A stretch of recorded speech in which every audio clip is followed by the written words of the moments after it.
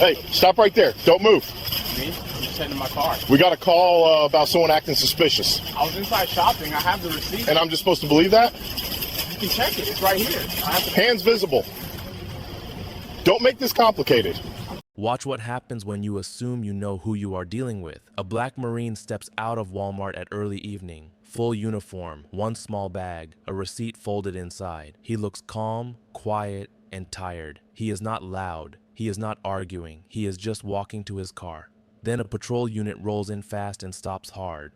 Officer Rachel Monroe steps out like she already made up her mind. In her eyes, he is not a Marine. He is a problem.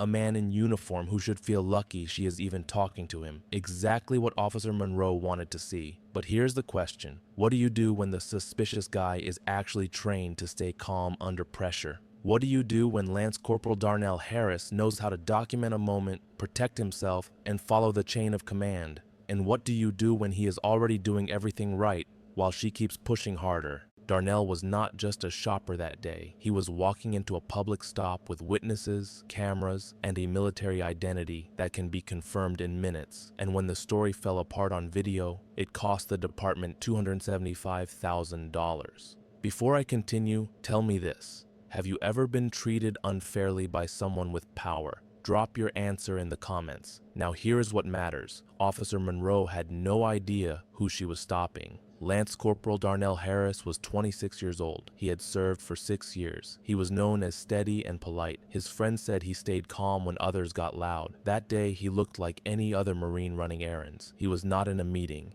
He was not on duty. He was buying basic supplies after a long day. But Darnell also had training most people do not. Marines learn control. They learn timing. They learn how to keep hands visible and voice level. They learn how fast a small moment can turn into a big one. And they learn that the public sees the uniform first. Darnell knew that if this went wrong, it would follow him. So he did what disciplined people do. He stayed respectful, he stayed clear, and he stayed ready to prove the truth. Type respect in the comments if you think he deserved basic dignity in that parking lot. Let's talk about Officer Rachel Monroe. She was 34 years old and worked patrol. People in that area knew her name, not in a good way. The pattern was simple. She showed up fast. She spoke sharp. She used the word suspicious like it was a reason by itself. And when people asked what they did wrong, she often could not explain it. In the last 2 years, there had been multiple complaints about her tone and stops. One complaint came after she questioned a teen outside a gas station for hanging around. Another came after she stopped a man in a nice car and asked where he got it. A third complaint came from a retail worker who said Monroe turned a small issue into a public scene. None of those complaints changed much. Supervisors noted them. Then the system moved on. That is how it works too often. A person complains, the file gets saved, and nothing changes. That was wrong. And it set the stage for what happened next. Tell me in the comments. Should an officer need a clear reason before making a stop? It was early evening at a busy Walmart in Dallas, Texas. The sky was fading. The lights above the lot were bright and white. You could hear carts clacking over cracks. You could hear car doors slam. Families moved in groups. Workers in blue vests walked toward the break area. Everything felt normal. Darnell walked out through the main doors at about 6:18 p.m. He held a small bag in one hand. In the other, he had his keys. He turned toward the row where he parked. He was almost there when a patrol unit pulled in and stopped near him. Fast, loud, not smooth. People looked up. A couple near the cart return slowed down. A man loading groceries paused and watched. Then Officer Monroe stepped out, hand near her radio, eyes locked on Darnell. If stories like this matter to you, hit subscribe right now. Turn on notifications too, because you will not want to miss the next one. Then stay here, because this is where the story gets interesting. Officer Monroe called out first. Hey, you. Stop right there. Her voice was loud enough for strangers to hear. Darnell stopped. He did not run. He did not argue. He turned his body slightly so she could see his hands. I'm just going to my car, he said. Monroe walked closer. We got a call about a man in uniform acting suspicious, she said. Darnell blinked like he did not understand. Suspicious how? He asked. I was inside shopping. He lifted the bag a little. I have the receipt. Monroe did not soften. Huh.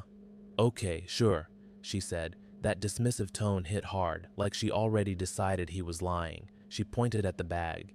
Hand it to me. Darnell kept his voice calm. It's in the bag. You can check it, he said. Monroe stepped closer again. Don't get slick with me, she said. Uniform doesn't mean you run this parking lot. That line made heads turn. A woman near a silver SUV raised her phone. Another man said, "He's in uniform," under his breath. Darnell tried again, simple and steady. "Ma'am, I can show you my ID," he said. Monroe shook her head. "No, hands where I can see them." Darnell froze, then lifted his hand slightly. "They are," he said. Now the tension climbed. Monroe's voice got louder. "You matched the call," she said. "You're not going anywhere." Darnell asked, "What law did I break?" Monroe did not answer clearly.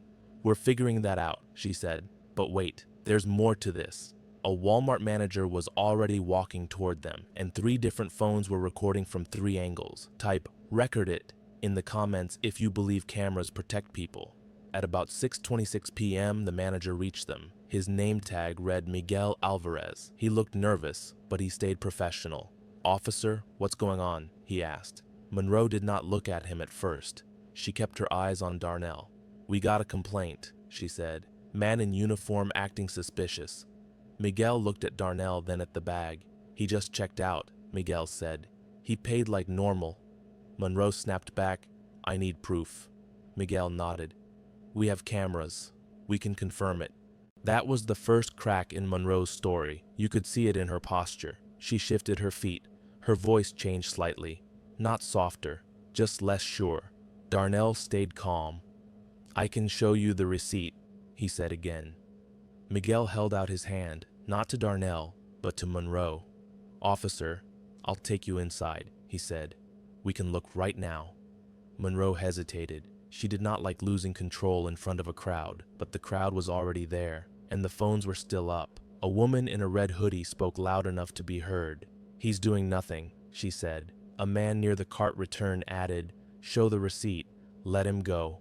Nobody shouted at Monroe. They did not need to. The truth was plain. Monroe tried another angle. "Is that your bag?" she asked Darnell. "Yes," he said. "It's mine." She asked, "Where's your car?" Darnell pointed with one finger. "Third row, black sedan," he said.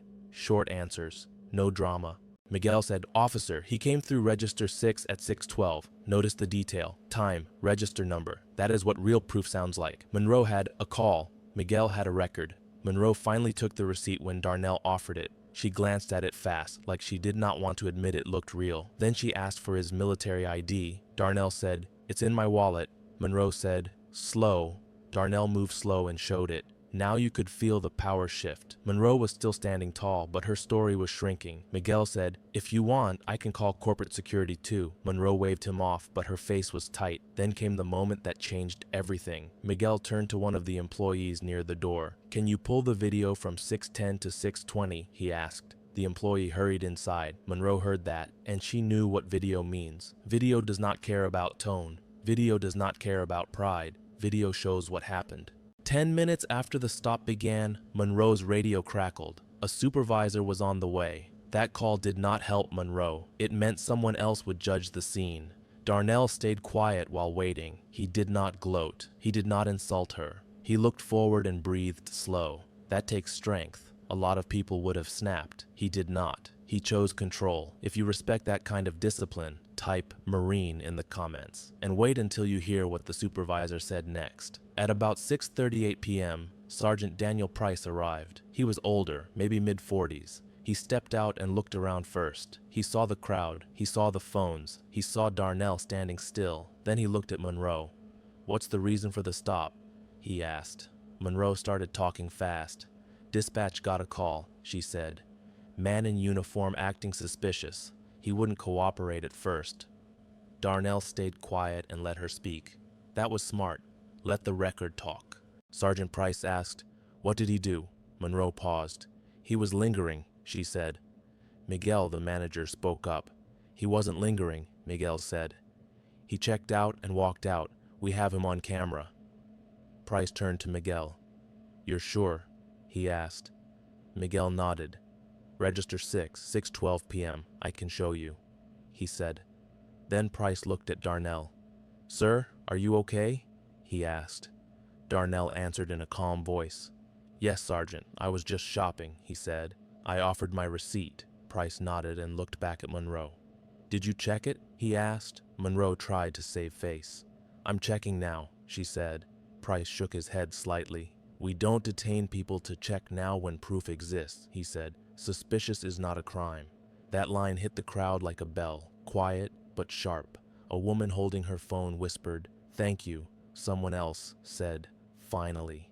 Price asked Miguel to show the video on a store device. 2 minutes later, Miguel returned with a tablet. The clip showed Darnell at the register, paying, bagging, walking out. No rush, no conflict, no theft. Price looked at Monroe. Release him, he said. Now. Monroe's jaw tightened. Sergeant, I was responding to a call, she said. Price replied, then document it and move on. You don't embarrass a man in uniform for nothing. That was a moral moment. She had a choice, and she chose badly. Price turned to Darnell. You are free to go, he said. I'm sorry this happened. Darnell nodded once. Thank you, he said. Simple, controlled, no speech, no lecture. If you want stories like this told chest and clear, hit subscribe. We track patterns, we track receipts, and we track outcomes. Next, the part Monroe could not control at all. The video was about to move faster than any patrol car. That night, the first clip hit TikTok at 8:41 p.m. The caption was simple. Marine stopped outside Walmart for being suspicious. By 9:41 p.m., it had 120,000 views. By midnight, it passed 900,000. People reposted it to Instagram Reels and X. Then YouTube Shorts picked it up. By the next morning, it was everywhere. The same 20 seconds played on loop. Monroe's loud command, Darnell standing still, the manager saying, he just checked out, the supervisor saying, suspicious is not a crime. Those lines spread because they felt real. Here is the social proof. One repost alone hit 2.4 million views in a day. People shared it in group chats. Veterans shared it in unit pages. Parents shared it with their kids and said, see how he stayed calm. Comments poured in. One said, uniform or not, he deserved respect. Another said, receipts and cameras saved him. A third said, how many people don't have proof? If you saw this clip online, say I saw it in the comments. And if you think others need to see it too, share this story. Because sunlight changes what silence protects. 3 days later, on Thursday at 10:01 a.m., Darnell met with an attorney. Yes, a real one, not for drama, for the record. The lawyer's name was Jasmine Lee. She listened, watched the videos, and asked one question. Do you want accountability or do you want quiet? Darnell said, accountability. They filed a lawsuit the next week. A lawsuit is a formal complaint in court. It tells a judge, this harmed me, and here is why. Darnell's case focused on the stop, the public embarrassment, and the lack of a clear reason. During the next month, more information came out. Dispatch notes showed the original call was vague. No crime named, no threat described. Just man in uniform acting suspicious. That is not enough proof to treat someone like a suspect. Then the bigger pattern surfaced. Internal records showed at least 7 complaints about Monroe's stops and tone in 2 years. Most ended with counseling or no finding. That is how systems fail. They see smoke and pretend there is no fire. Wait until you hear this part. The department did not want a trial. Trials bring witnesses, trials bring video, trials bring headlines. So, in mediation, which is a meeting to settle, they offered money. On day 63 after the stop, both sides signed a settlement for $275,000. That included damages and legal fees. The department did not admit wrongdoing on paper, but they paid like they knew the truth.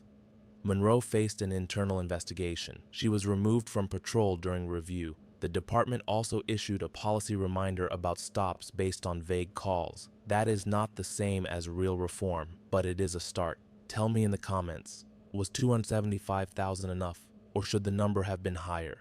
A week after the settlement, Darnell spoke briefly outside a community center in Dallas. No big stage, no shouting crowd, just a few cameras and a calm voice. He stood straight, still in that same quiet way. He said the stop hurt more than people think. When you wear this uniform, You represent more than yourself, he said, and when someone treats you like a threat for no reason, it sticks. He talked about his family too. He said his mother saw the video online. She called him crying. He said that was the hardest part. Not the officer's tone, not the crowd, his mom watching it on her phone. Then he said something important. This is not about the money, he said. It's about respect. It's about how fast things can go wrong. He thanked the Walmart manager, Miguel Alvarez, for stepping in. He thanked the strangers who filmed. You helped me tell the truth, he said.